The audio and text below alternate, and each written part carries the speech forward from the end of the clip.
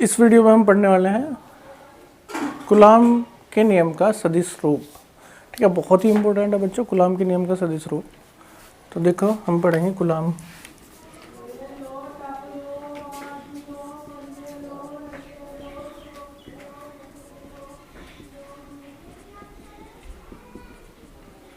सदिश रूप, vector form of Coulomb's law. ठीक है, देखो ये दो आवेश हैं Q1 और Q2। मैंने मान लिया जो Q2 है वो Q1 पे बल लगा रहा है F12। ठीक है, और इनके बीच की दूरी मैंने मान ली R1, और अगर मैं इधर से मेजर करूंगा 2 से 1 की ओर नापूंगा तो उसे मैं कहूँगा R21, और अगर मैं इधर से मेजर करूंगा 1 से 2 की ओर तो उसे मैं कहूँगा R12। ठीक है, मतलब आप ऐसे समझो कि ये दो प्लेस के बीच में डिस्टेंस है, ये समझो दिल्ली और ये समझो मेरठ। तो अगर दिल्ली और मेरठ के बीच की डिस्टेंस इधर से 80 किलोमीटर है तो इधर से भी क्या होगी 80। तो इसका मतलब ये दोनों आपस में क्या होंगे, इक्वल होंगे। लेकिन डिफरेंस क्या होगा कि इनकी डायरेक्शन अपोजिट होगी, पहले दिल्ली से मेरठ फिर मेरठ से दिल्ली। समझ रहे हो ना? ठीक है, तो मैंने मान लिया Q2 कितना फोर्स लगा रहा है, कितना बल लगा रहा है F12, और जो Q2 पे जो 1 फोर्स लगा रहा है वो है F12। ठीक है, तो मैं देखो यहाँ क्या लिख रहा हूँ 1 2 वेक्टर माइनस 2 1। दोनों ही दूरी क्या है, एक दूसरे के बराबर हैं लेकिन एक दूसरे के विपरीत है। और जो इनका मॉडुलस है, परिमाण है, वो इक्वल है। परिमाण इक्वल है मतलब बीच की जो दूरी है वो तो बराबर ही है, चाहे इधर से चलो आप चाहे इधर से चलो। F12 से क्या मतलब है मेरा, F12 से मतलब है प्रथम आवेश पर दूसरे आवेश द्वारा लगाया गया बल। प्रथम आवेश पर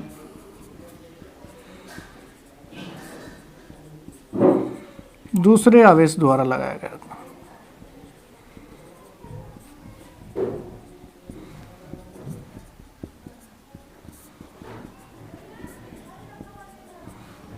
F21 है दूसरे आवेश पर प्रथम आवेश द्वारा लगाया गया बल।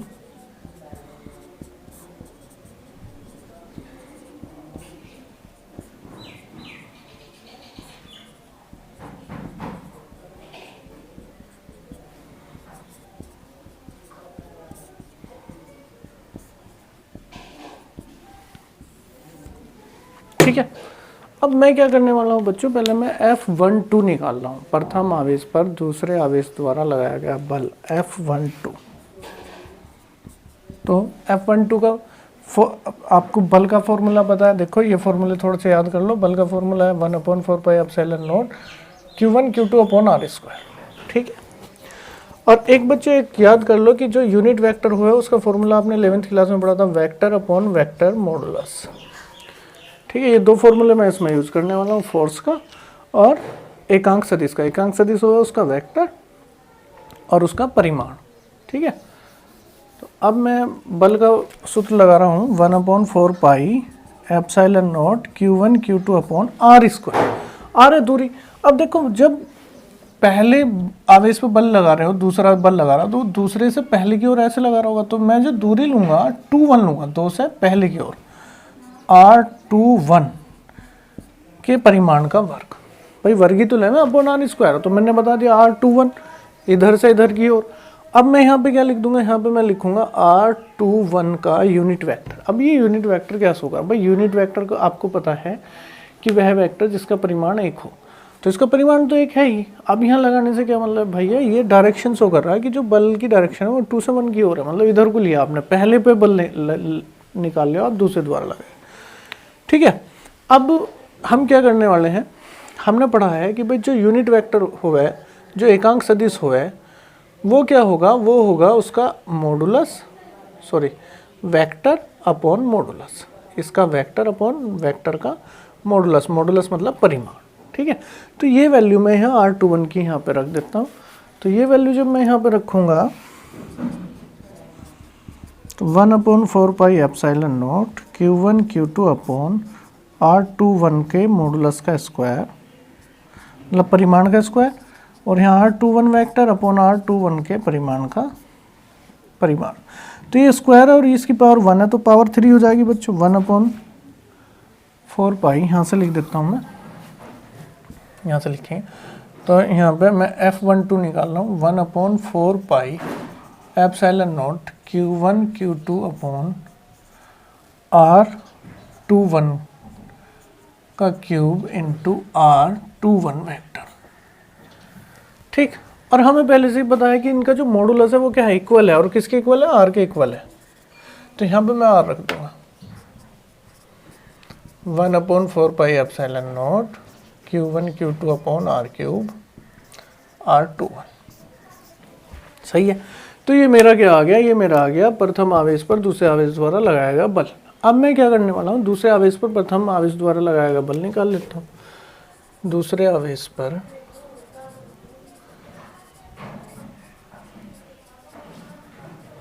प्रथम आवेश द्वारा बल, उसे मैंने क्या कह दिया F21। देखो इसी प्रकार से लिख देंगे, पूरा करके नहीं दिखाएंगे, हम इसी प्रकार लिख देते हैं 1/4 पाई एप्सिलॉन नॉट तो होगा ही होगा, Q1 Q2 upon R cube भी होगा। देखो 1/2 में क्या था 2/1, तो 2/1 में क्या होगा 1/2। सही है। अब मैं इसे एक बार फिर से रिवाइज कर देता हूँ यहाँ तक, इससे आगे हम बाद में बात करेंगे। हम पढ़ रहे थे कूलाम के नियम का सदिश रूप। ठीक, मैंने मान लिया दो आवेश है Q1 और Q2, एक दूसरे पे बल लगा रहे हैं। मान लो पहले पे जो बल लग रहा है वो है 1/2, तो प्रथम आवेश पर दूसरे आवेश द्वारा लगाएगा। 1/2 का मतलब प्रथम आवेश द्वारा दूसरे आवेश, प्रथम आवेश पर दूसरे आवेश द्वारा लगाया गया बल। F21 का मतलब है दूसरे आवेश पर प्रथम आवेश द्वारा लगाया गया बल। अब देखो जो आवेश थे Q1 Q2, मैंने उसके बीच की दूरी मान ली R। अगर आप इधर से दूरी मेजर कर रहे हो तो मैं उसे कह दूंगा 2/1, इधर से कर रहे हैं तो उसे कह दूंगा 1/2, लेकिन दोनों के बीच की दूरी तो सेम ही होगी। कितनी होगी R। इसका मतलब R21 और R12 का मॉडुलस किसके इक्वल होगा, R के। अब R21 1/2 सेम है, बराबर हैं, तो इनमें अंतर क्या है भाई, दिशा का अंतर है, ये एक दूसरे के अपोजिट है। तो R12 equal to minus R21। ठीक है। अब मैंने क्या निकाल दिया, सबसे पहले आवेश पर लगने वाला बल F12 1/4 pi epsilon not Q1 Q2 upon R square. R को मैंने इसका ले लिया बच्चों, क्योंकि पहले पे बल लगा निकाल रहे हो तुम इस पे, तो देखो ऐसे ऐसे लगेगा बल, तो 2/1 ले लिया मैंने, 2/1 के मॉडुलस का स्क्वायर, और इसके साथ यूनिट वेक्टर लगा दिया डायरेक्शन शो करने के लिए। अब हमने पढ़ा है कि जो यूनिट वेक्टर होगा vector upon modulus, vector upon modulus. यहाँ पे रख दिया वेक्टर अपॉन मॉडुलस। अब 2 पावर ये 1 पावर ये, तो कितनी होगी, क्यूब हो गया।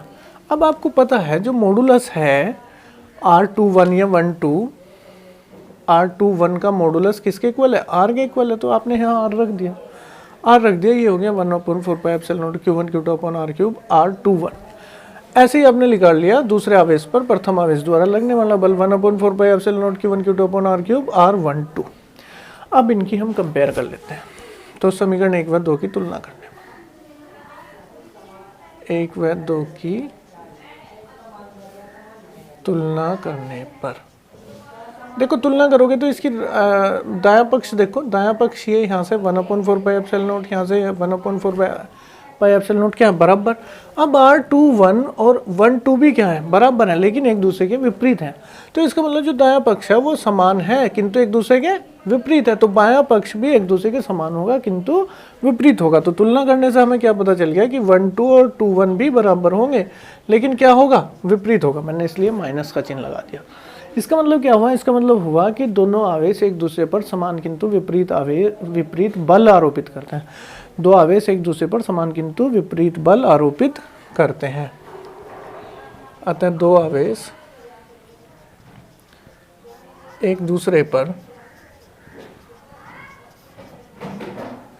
समान किंतु विपरीत बल आरोपित करते हैं।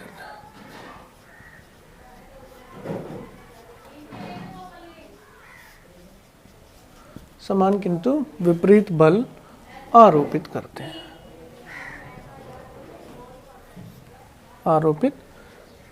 हैं, ठीक है।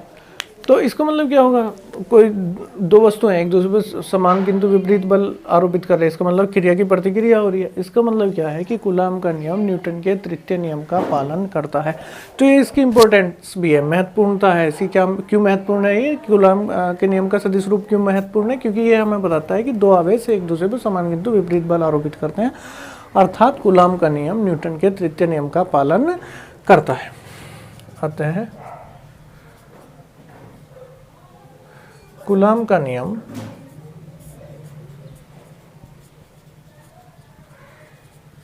न्यूटन के तृतीय नियम का पालन करता है।